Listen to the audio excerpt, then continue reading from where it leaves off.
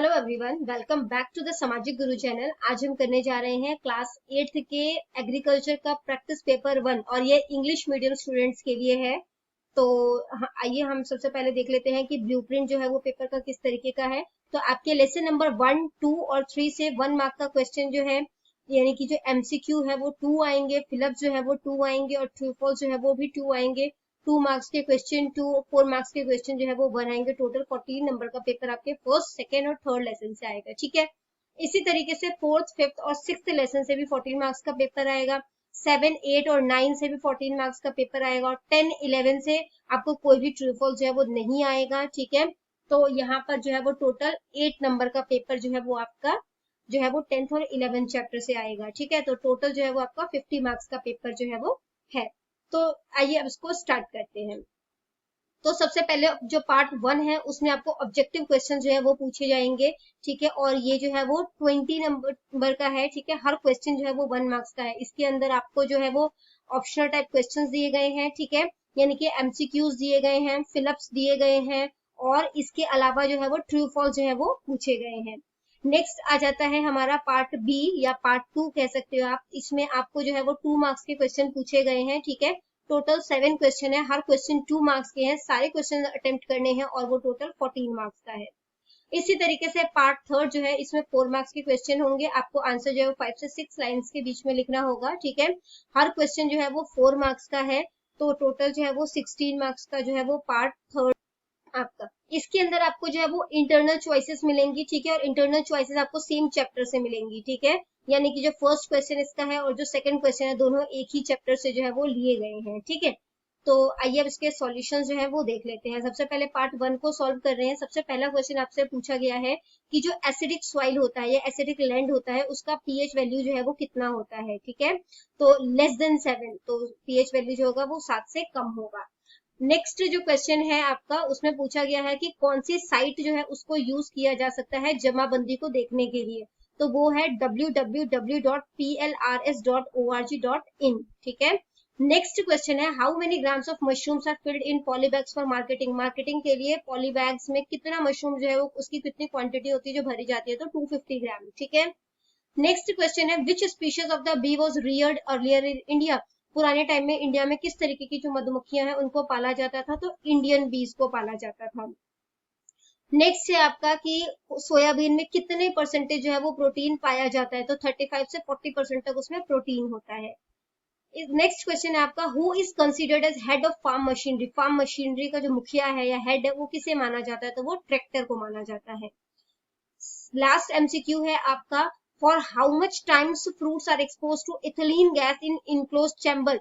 एक इनक्लोज मतलब बंद चैम्बर में इथिलीन गैस से कितने टाइम तक फ्रूट को जो है वो एक्सपोज किया जाता है ताकि वो राइप हो सके, पक सके, तो वो 24 आवर्स के लिए किया जाता है। फिलअप्स जो है वो आपसे पूछे गए हैं gypsum is used for the dash land. Gypsum जो है वो किस तरीके के लैंड के लिए यूज किया जाता है, अल्कली लैंड के लिए। ठीक है, अल्काइन लैंड के लिए या जो हम तेजाबी लैंड कहते हैं ना उसके लिए। The seeds of mushroom are called spawn. तो जो मशरूम के जो बीज होते हैं उसको स्पॉन बोला जाता है। मेल बीज जो होते हैं उनको ड्रोन बी भी बोला जाता है। लेग्यूमिनस क्रॉप्स यानी कि जो लेग्यूम्स होते हैं दाल वाली। ठीक है, तो जैसे मटर की भी जो फलियां होती है ना, जो भी फलियां वाली होती है, तो जितनी भी दालें होती है वो सब फलियों के फॉर्म में आता है। ठीक है, उसको जो है वो ऑर्गेनिक फार्मिंग में इंटरक्रॉप्स के लिए उगाया जाता है। ठीक है, नेक्स्ट है tractor is considered as head of farm machinery. Farm machinery का हेड किसे बोला जाता है, ट्रैक्टर को।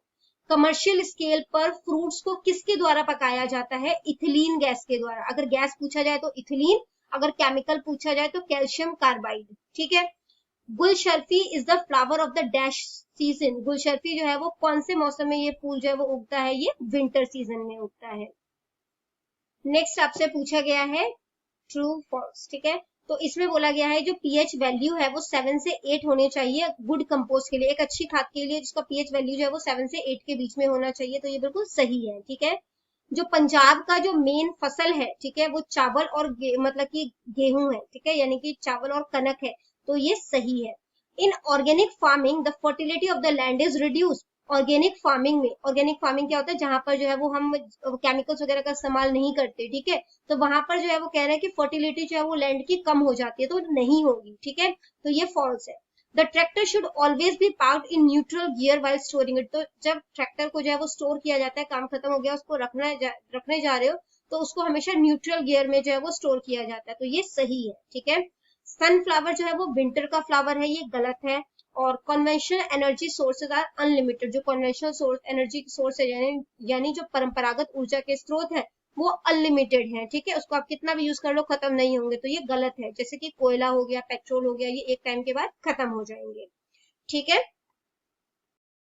तो पार्ट 2 का सबसे पहला क्वेश्चन आपसे पूछा गया है कि explain the method of reclamation of alkali soil, यानी कि जो एसिडिक होता है, ठीक है, क्षारीय जो मतलब कि मिट्टी होती है, उसको आप किस तरीके से पुनर्ग्रहण कर सकते हैं, ठीक है, उसकी क्वालिटी जो है वो दोबारा से मेंटेन की जा सकती है। तो उसको कैसे किया जा सकता है? Level the field uniformly so the distribution of water is same through out the field, यानी कि खेतों को जो है वो समान रूप से समतल कर दे, ठीक है, फ्लैट कर दे, प्लेन कर दे, जिससे कि पूरे खेत में पानी जो है वो इक्वल जो है वो उसका डिस्ट्रीब्यूशन हो सके। सेकेंड है, do not allow the outflow of salt dissolve water to adjoining fields, prevent it by making strong burns around the field, यानी कि आसपास के जो खेतों में जो नमक घुला हुआ पानी है, ठीक है, उसको अपने खेतों में आने की अनुमति नहीं देनी है आपने। और इसको रोकने के लिए क्या करना है, अपने खेतों के आसपास जो है वो चारों ओर मजबूत बांध बना लेना है, ठीक है, ताकि वो पानी अंदर आने से रोका जा सके। थर्ड है कि आपको जो है यहाँ पे मिट्टी के लिए जो है वो जिप्सम की आवश्यकता जानने के लिए मिट्टी और पानी की जो है वो जांच जो है वो करवानी चाहिए। फोर्थ पॉइंट है, broadcast the required dose of gypsum in the field and mix it with shallow ploughing, यानी कि जितनी आपके खेतों में जिप्सम की जरूरत है उसे जो है वो शैलो प्लोइंग मतलब जो उथली जुताई होती है उसके साथ जो है उसे मिक्स कर देना चाहिए। इसके बाद फिफ्थ पॉइंट है, apply green manure, organic manure etcetera to improve the soil, तो आपने जो है वो हरी खाद या जो जैविक खाद होती है उसको जो है वो इसमें इस्तेमाल करना है ताकि मिट्टी की जो क्वालिटी है उसको सुधारा जा सके। नेक्स्ट क्वेश्चन पूछा गया है, how to collect the seed for preparation of drake nursery, तो ड्रेक नर्सरी की जो मतलब की तक को तैयार करने के लिए बीज जो है वो किस तरीके से इकट्ठे किए जाते हैं, किस तरीके से एकत्रित किया जाता है उन्हें। तो these seeds are collected in winter from healthy well growing and tall plants, तो ये जो बीज होते हैं वो सर्दियों में जो प्लांट्स होते हैं वो बहुत ही हेल्दी होते हैं, अच्छी तरीके से ग्रो कर रहे होते हैं, ठीक है, और लंबे पौधों से जो है वो इकट्ठे किए जाते हैं। Best time for collecting seeds is from November December, सबसे अच्छा समय जो इन बीजों को कलेक्ट करने का होता है वो है नवंबर से दिसंबर में। नेक्स्ट क्वेश्चन आपसे पूछा गया है कि what are the quality attribute of well prepared compost, यानी कि अच्छी तरीके से खाद जो है वो तैयार हो, इसकी क्या गुणवत्ता होती है कि खाद जो है वो अच्छी क्वालिटी का है। तो attributes of well prepared compost are its colour, smell and moisture content, तो अच्छी तरह से तैयार की गई खाद की जो विशेषता होती है वो उसके रंग से, उसकी गंध यानी कि स्मेल से, और उसकी जो है उसमें कितनी नमी है उसकी मात्रा से पता चल सकता है। जब खाद जो होता है उसका रंग जो होता है वो डार्क ब्राउन होता है, ठीक है, and there is no smell of ammonia, और उसमें कोई जो है वो अमोनिया की गंध जो है वो नहीं आ रही होती है, उसकी स्मेल नहीं आ रही होती, और उसमें मॉइस्चर भी 65 से 72% तक होता है, ठीक है। तो ये जो खाद होता है ये स्पॉनिंग जो होता है वो मशरूम के बीजों को बोला जाता है, ठीक है, तो उसके लिए जो है वो अच्छा माना जाता है, और इसकी पीएच वैल्यू जो है वो भी 7 to 8 होनी चाहिए। तो यहाँ पर आपको जो है वो क्वेश्चन में थोड़ा सा जो है वो प्रॉब्लम है इस क्वेश्चन में, उसमें पूछा जाएगा कि what are the quality attributes of well prepared compost for mushroom, ठीक है, तो ये मशरूम की क्वालिटी के लिए जो है वो ये यूज किया जाता है। नेक्स्ट क्वेश्चन है, how can honey bee filtered, कि हनी को जो है वो किस तरीके से जो है वो साफ किया जाता है या फिल्टर किया जाता है, ठीक है। तो after extracting honey we should remove wax and floating impurities from the extracted honey. For this use double layer muslin cloth for filtering the honey. तो क्या कहा है कि जब शहद निकालने के बाद जो है जो हमें इसमें जितने भी मतलब कि कह सकते हो वेस्ट मटेरियल है, ठीक है, जैसे कि इसका जो मोम होता है यानी कि जो वैक्स है, या इसके अंदर जो मधुमक्खियां तैर रही होती है, ठीक है, तो उन सबको जो है वो हमें हटा देना चाहिए, और इसके लिए हमें जो है वो इसको छानने के लिए मलमल के कपड़े का, डबल लेयर मलमल के कपड़े का जो है वो इस्तेमाल करना चाहिए। नेक्स्ट क्वेश्चन आपसे पूछा गया है कि right significance of intensive cropping system, यानी कि जो इंटेंसिव क्रॉपिंग सिस्टम है उसकी जो है आपने उसका महत्व बताना है, ठीक है। तो इसका जो सिग्निफिकेंस है वो क्या है, यानी high yield can be taken from small land holding, यानी कि जो अगर छोटे छोटे खेत भी हैं, ठीक है, उनसे भी जो है वो ज्यादा उपज जो है वो ली जा सकती है। Climate changes can be tackled तो यहाँ पर जो है वो जलवायु में अगर चेंज आ जाए तो उससे निपटा जा सकता है, ठीक है। Use of chemical fertilizers is reduced, जो रासायनिक उर्वरक है, केमिकल फर्टिलाइजर्स है, उनका कम से कम इस्तेमाल होगा। Balanced nutrition in maintain and employment opportunities are increased, यानी कि संतुलित पोषण जो है उसको बनाए रखेगा, ठीक है। और इसके अलावा जो है ये रोजगार के अवसर जो है वो भी प्रदान करेगा। Agro ecosystem is maintain and it helps in conserving natural resources, यानी कि जो कृषि की आप कह सकते हो इकोसिस्टम को बोलते हैं पारिस्थितिकी तंत्र, ठीक है। जो एग्रो इकोसिस्टम है, एग्रीकल्चर का जो इकोसिस्टम है वो बनाकर रखेगा, और इसकी वजह से जो है वो नेचुरल रिसोर्सेज जो है, यानी कि जो प्राकृतिक संसाधन है उसके संरक्षण में मदद मिलेगी, यानी कि उसका जो है बचाव करने में मदद मिलेगी। नेक्स्ट क्वेश्चन आपसे पूछा गया है कि ऑर्गेनिक फार्मिंग क्या है। ऑर्गेनिक फार्मिंग को बच्चों जैविक खेती बोलते हैं, ठीक है। तो ये क्या होता है, तो ऑर्गेनिक फार्मिंग जो होता है एक सिस्टम है, ठीक है, फार्मिंग का, in which agriculture production is done without harming और damaging natural resources.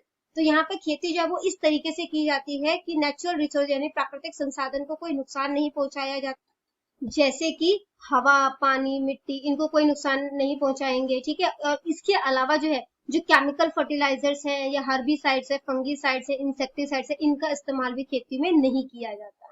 Next question है आपका, why it is important to clean the seed and fertilizer box of a seed drill daily. तो seed drill के बीज और उर्वरक जो box है, यानी कि जो फर्टिलाइजर बॉक्स है, उसको हमेशा साफ करना जो है, हर दिन साफ करना क्यों जरूरी है। तो आंसर है आपका, fertilizers are chemical which can damage और करोड दीज बॉक्सेस। तो जो फर्टिलाइजर्स होते हैं वो एक तरीके के केमिकल होते हैं जो कि जो है वो इस बॉक्स को नुकसान पहुंचा सकते हैं, उसमें जंग लग सकता है, ठीक है, अगर उसे डेली बेसिस पे साफ ना किया जाए। नेक्स्ट आ जाता है आपका पार्ट 3, इसमें इंटरनल चॉइसेस मिलेंगी आपको, ठीक है। आपने किसी एक क्वेश्चन को जो है वो अटेम्प्ट करना है। सबसे पहला क्वेश्चन आपसे पूछा गया है कि व्हाट इज गिरदावरी, गिरदावरी क्या है और ये किस समय पर की जाती है। तो it is a survey of the crop, तो ये फसल की जो होता है सर्वे है ये। इट इज कॉल्ड गिरदावरी और गारदवरी। तो इसको जो है वो गिरदावरी या गौडवरी कहा जाता है, और ये जो है वो साल में 2 बार की जाती है। रबी क्रॉप्स के लिए it is done in the month of March and, तो रबी क्रॉप के लिए ये मार्च मंथ में की जाती है, और जो खरीफ क्रॉप्स है उनके लिए ये अक्टूबर में की जाती है, ठीक है। इसके अलावा जायद क्रॉप जो होते हैं वो 2 मतलब के टाइम में जो है इसकी काउंटिंग होती है, ठीक है, एक मई मंथ में, एक दिसंबर मंथ में। तो ये जो क्रॉप्स होता है ये रबी और खरीफ के बीच का जो टाइम पीरियड होता है उसमें उगाया जाता है, ठीक है, या खरीफ से रबी के बीच में जो है जो टाइम पीरियड होगा उसमें उगाया जाएगा। नेक्स्ट क्वेश्चन आपसे पूछा गया है कि right a brief note on land registry, यानी कि जो भूमि रजिस्ट्री होती है उस पर एक नोट लिखना है। When a person who is owner of a piece of land, house, shop etcetera mortgaged or sold the same to some other person, तो वो इंसान जो जमीन का, दुकान का, ठीक है, या घर का मालिक है, और वो या तो वो जमीन जो है वो गिरवी रखता है या फिर जो है वो उसे किसी को बेच देता है, तो एक अग्रीमेंट किया जाता है, उसमें फोटो ली जाती है और ये आपसी सहमति से होता है दोनों पार्टीज के बीच में। और ये जो रजिस्टर किया जाता है, ठीक है, नामांकन किया जाता है, तो ये तहसीलदार के दफ्तर में किया जाता है। इसी को रजिस्ट्री बोला जाता है। रजिस्ट्री बाय रहन share, transfer of ownership etcetera, various type of register.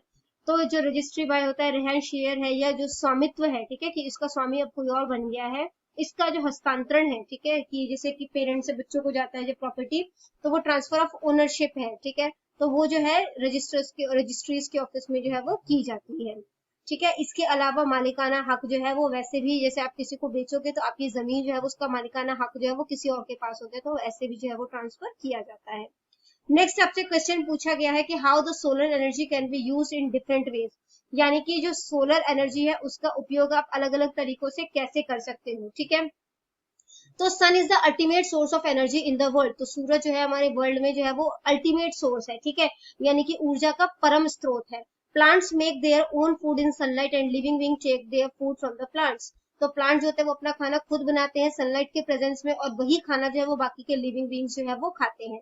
तो सन जो है वो रिस्पॉन्सिबल है एयर और वाटर साइकिल के लिए, लेकिन but the all these things are happening automatically in nature, तो ये सारी चीजें जो है नेचर में अपने आप होती है, ठीक है। We can use solar energy in different ways by using different technique, तो हम इस सौर ऊर्जा का इस्तेमाल जो है वो अलग अलग तरीके से कर सकते हैं, जैसे कि हम इससे पानी गर्म कर सकते हैं यूजिंग सोलर एनर्जी, खाना बना सकते हैं, बिजली जो है वो उत्पन्न कर सकते हैं, इसके अलावा हम फ्रूट्स, वेजिटेबल्स इन सबको सुखा सकते हैं, ठीक है। Electricity can be produce using solar cell, electricity जो है वो भी प्रोड्यूस कर सकते हो सोलर सेल का इस्तेमाल करते हुए। और इसके अलावा जो नॉन रिन्यूएबल सोर्सेज है, यानी कि जिनका नवीनीकरण नहीं किया जा सकता, ठीक है, ऑफ एनर्जी बाय यूजिंग, तो हम उन जो जैसे कोल और पेट्रोल है उनको जो है हम बचा सकते हैं सौर ऊर्जा यानी सोलर एनर्जी का इस्तेमाल करते हुए। नेक्स्ट क्वेश्चन आपसे पूछा गया है कि what are the points kept in mind when the cooking is done in solar cooker, तो जब आप सोलर कुकर में खाना बना रहे हैं तो आपको कौन कौन सी बातें जो है वो ध्यान में रखनी चाहिए। तो preheat the solar cooker by setting up it in the sun, तो उसको जो है सोलर कुकर में खाना बनाते समय उसको पहले जो है वो धूप में रखकर गर्म कर लेना चाहिए कुकर को। Add just sufficient water to the container having food ingredients to be cooked in the solar cooker, यानी कि जो इसमें खाने वाली सामग्री है, ठीक है, उसमें जो है वो पर्याप्त पानी जो है वो डालना चाहिए, बहुत एक्सेस पानी जो है वो नहीं डाल देना चाहिए, ठीक है। Vegetable egg etcetera do not need water for cooking, जो सब्जियां होती है अंडे होते हैं उनको पकाने के लिए जो होता है पानी की जरूरत नहीं होती, ठीक है। तो do not need water for cooking in solar cooker, cut potatoes and vegetable into small pieces before placing these into the solar cooker for cooking, और जब आप इसको पका रहे तो उनको छोटे छोटे टुकड़े काट दो और इसको कुकर के अंदर जो है वो डाल दो। The containers containing ingredients and water should not be filled more than half of its level, तो जहाँ पे इसका जो कंटेनर जो भी मतलब बर्तन है उसके अंदर आधा कुकर से ज्यादा जो है वो इसमें आप कह सकते हो कि सामान जो है वो नहीं डालना चाहिए, ठीक है। नेक्स्ट क्वेश्चन पूछा है कि मिक्स्ड क्रॉपिंग क्या है और इसके क्या फायदे हैं। When two or more crops are grown on the same land simultaneously, मतलब एक ही समय पर जब दो या दो से ज्यादा फसलें जो है वो उगाई जाती है तो उसे मिक्स्ड क्रॉपिंग बोला जाता है। जैसे growing wheat and gram on the same land, जैसे एक ही जमीन पर जो है वो थोड़े से कनक उगा लिए, थोड़े से जो है वो चने उगा लिए, ठीक है, तो जो है on the same land at same time, एक ही टाइम पर, तो ये मिक्स्ड क्रॉपिंग का एग्जाम्पल है, ठीक है। ये जो प्रैक्टिस होती है ये इससे क्या होता है कि जैसे कि गेहूं की फसल अगर सही नहीं होगी बट आपके पास चने की फसल तो है ना, तो जो फेलियर है, रिस्क ऑफ फेलियर है वो कम हो जाता है। And ensure against crop failure due to abnormal weather condition, और एबनॉर्मल वेदर कंडीशन में जो है क्रॉप फेलियर, जैसे अचानक से अगर बारिश हो जाए तो आपके पास जो है वो वैरायटी ऑफ वो है, एक फसल खराब हो जाएगी तो दूसरी आपके पास रह जाएगी, ठीक है। तो अब आता है कि इसके फायदे क्या है। तो इससे जो है वो क्रॉप यील्ड यानी कि जो आपका आप कह सकते हो जो फसल है उसकी उपज जो है वो बढ़ जाती है, ठीक है। इसके अलावा जो है the paste infestation is minimised, जो कीड़े मकोड़े लगते हैं, ठीक है, वो अब क्योंकि एक ही जैसा नहीं है कि सब फसलों में लग जाएगा तो वो कम हो जाता है। क्रॉप फेलियर का रिस्क कम हो जाता है। जो सॉइल है उसको प्रॉपर तरीके से यूटिलाइज किया जा रहा है, ठीक है, उसका उपयोग किया जा रहा है, और एक ही समय पर एक से ज्यादा फसलें जो है वो उगाई जाती है और उसको जो है वो हार्वेस्ट किया जाता है, उसे जो है वो काटा जाता है, ठीक है। नेक्स्ट क्वेश्चन है आपका, what is integrated farming system, integrated farming system जो है वो क्या है। तो देखो एक इंटीग्रेटेड फार्मिंग सिस्टम होता है एकीकृत कृषि प्रणाली, ठीक है।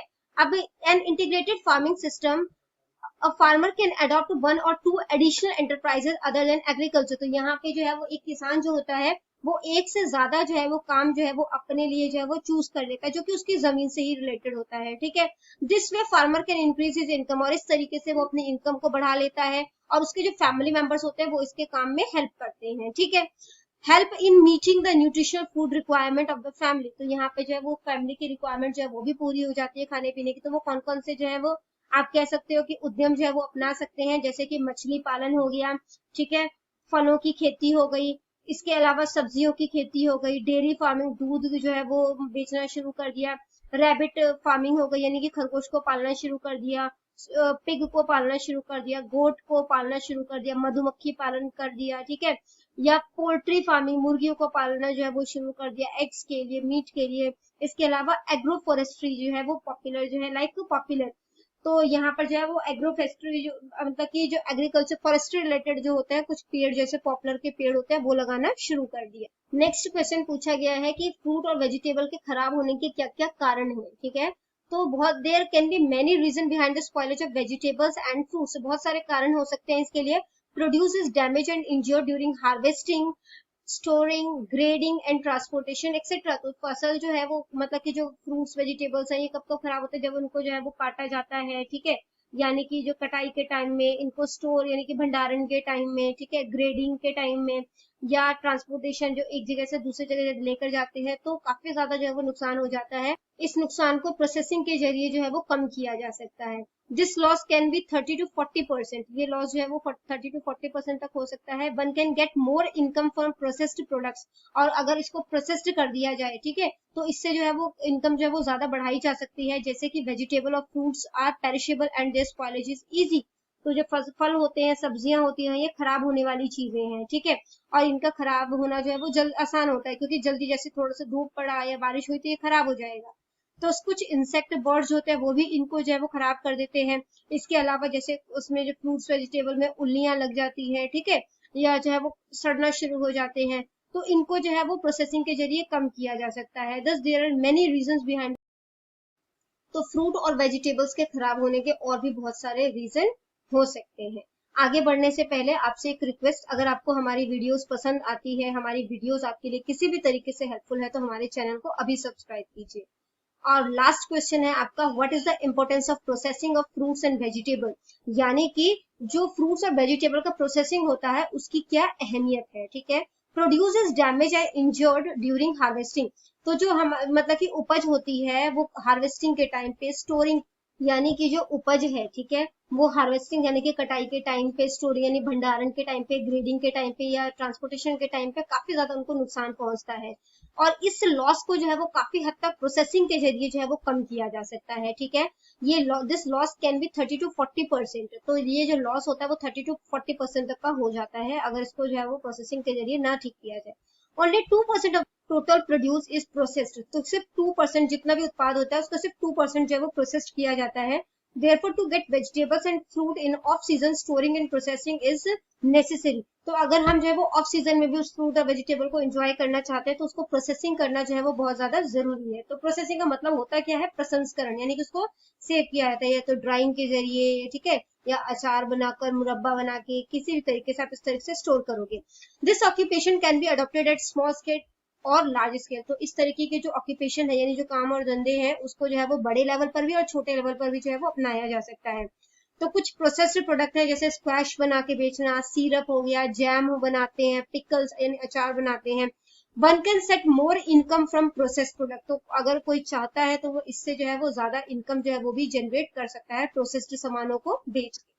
तो यहाँ पर आपका वीडियो हो जाता है फिनिश। इन केस कोई भी डाउट है आपको तो आप कमेंट सेक्शन में क्वेश्चन कीजिए, आपको रिप्लाई मिल जाएगा। Thank you very much.